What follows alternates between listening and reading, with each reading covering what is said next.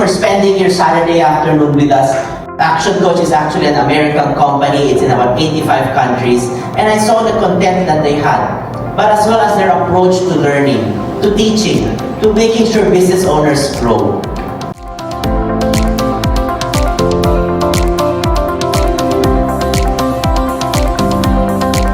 That simply means the core value is alive, and the leader actually mirrors the core value.